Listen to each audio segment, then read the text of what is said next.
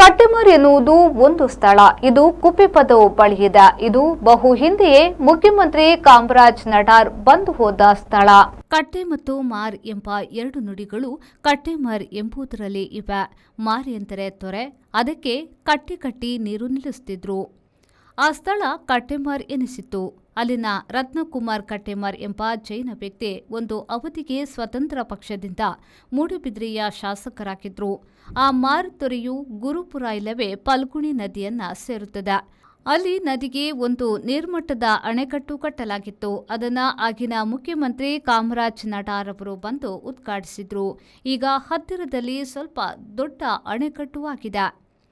ಕಟ್ಟೆಮರಿನಾಚೆ ಮಂಗಳೂರಿನ ಬೋಳೂರಿನಂತೆ ಬೊಳ್ಳ ಬರುವ ಬೊಳ್ಳೂರು ಇದೆ. ಈಚೆ ನದಿಗೆ ನೀರು ಗುದ್ದಿ ನುಗ್ಗುವ ಕುಡಲದ ಕಡೆಕಾರಿನಂತೆ ಅಲ್ಲೂ ಕಡೆಕಾರಿದೆ. ಕುಪ್ಪೆಪದು ಎನ್ನುವುದು ಮೂಲದಲ್ಲಿ ಗುಪ್ಪೆಪದು ಎಂಬುದಾಗಿ ಗುಬ್ಬಿಯಂಥ ಏರು ಪ್ರದೇಶ ಇದು.